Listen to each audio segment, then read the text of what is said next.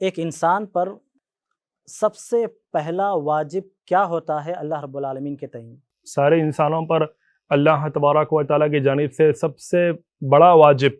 بڑا فرض اگر کوئی ہے وہ ہے اللہ تبارک و تعالیٰ کی عبادت، اور اس کی ذات میں، اس کے اسماء و صفات میں، اس کی عبادت میں کسی کو اور شریک بالکل بھی نہ کرے۔ سب سے پہلا واجب ہم اہل سنہ والجماعہ یعنی کہ جو صحیح معنی کتاب اللہ کو مانتے ہیں، سنت رسول کو مانتے ہیں اور صحابہ کے فہم کے مطابق ان دونوں کو سمجھنے کی کوشش کرتے ہیں، ہمارا منہج ہم کو یہ سکھاتا ہے کہ سب سے پہلا واجب ہم سارے انسانوں پر یہ ہے کہ ہم اللہ تعالیٰ کی عبادت کو انجام دیں، اس کی عبادت میں کسی قسم کا کوئی شرک بالکل بھی نہ کریں، اور یہی بات کتاب اللہ میں ہے اور یہی بات اللہ کے رسول کی سنت میں، جیسا کہ اللہ کے رسول صلی اللہ علیہ وسلم نے، ابن عباس کی روایت ہے، جب معاذ بن جبل کو یمن کی طرف روانہ کر رہے تھے، اللہ کے رسول نے صاف طور سے انہیں کہا فَلْيَكُنْ أَوَّلَ مَا تَدْعُوهُمْ إِلَيْهِ شَهَادَةَ لَا إِلَهَ إِلَّا اللَّهُ وَأَنِّي رَسُولُ اللَّهِ، کہ سب سے پہلا پیغام اے معاذ اہل یمن کی جانب تم جا رہے ہو یہ ہونا چاہیے کہ تم سب سے پہلے انہیں اللہ کی وحدانیت کی طرف بلاؤ اور یہ کہو کہ میں اللہ کا رسول ہوں۔ تو اللہ کے رسول کا خود یہ فرمان،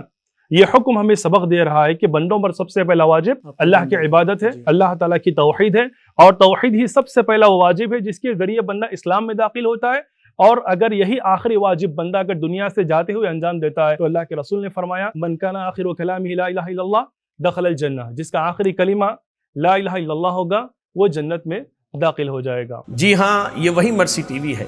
جو ملک کا واحد سیٹلائٹ ٹی وی چینل ہے، اور اس ٹی وی چینل کے ذریعہ دنیا بھر میں دین اسلام کی تعلیمات کو عام کرنے کی کوشش کی جا رہی ہے۔ بھرپور مرسی ٹی وی کا تعاون کیجئے، یہ کار خیر ہے۔